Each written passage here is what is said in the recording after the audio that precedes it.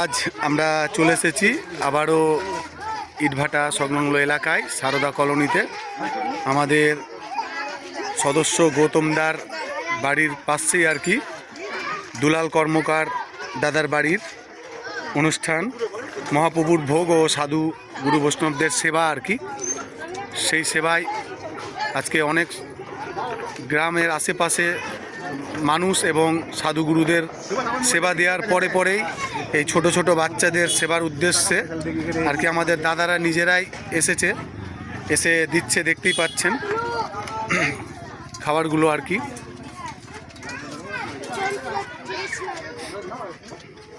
আমাদের দাদারা নিজেই এই সুন্দর মুহূর্ততে সামিল আছে। আমাদের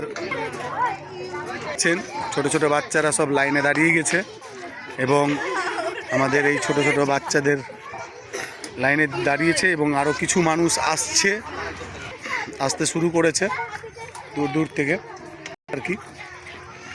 এই যে দড়িয়ে চলে আসছে পার্শ্ববর্তী গ্রাম থেকে আর কি, ছুটে আসছে এই খাবারের কথা শুনে।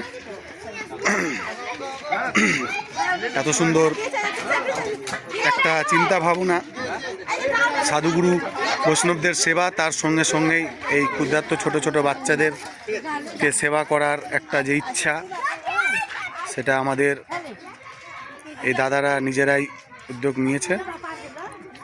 সঙ্গে আছে আমাদের আজকের সম্পাদক রবীন সিং ভাই, আমাদের গৌতম দা।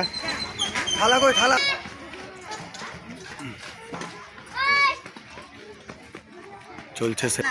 আমি এতটুকুটাই বলবো, কোনো অনুষ্ঠানের বাড়ির খাবার বেঁচে গেলে বা এরকম কোনো চিন্তা প্রকাশ করতে গেলে আমাদের পেজে দেওয়া নাম্বারে ফোন করবেন, আমরা ছুটে যাব এবং এইভাবে সহযোগিতা করে আমরা এই সমস্ত ক্ষুধার্ত ছোট ছোট বাচ্চাদের কাছে গিয়ে পৌঁছে যাব এবং খাবারগুলো বিতরণ করব। ধন্যবাদ জানাই এত সুন্দর কর্মসূচির জন্য। দুলাল কর্মকার দাদাকে ধন্যবাদ জানাই আমাদের স্বপ্নছায়া আলো দিশার গ্রুপের পক্ষ থেকে। আমাদের সেবা প্রদান চলছে, আমি এখানেই লাইভটি সমাপ্ত করছি।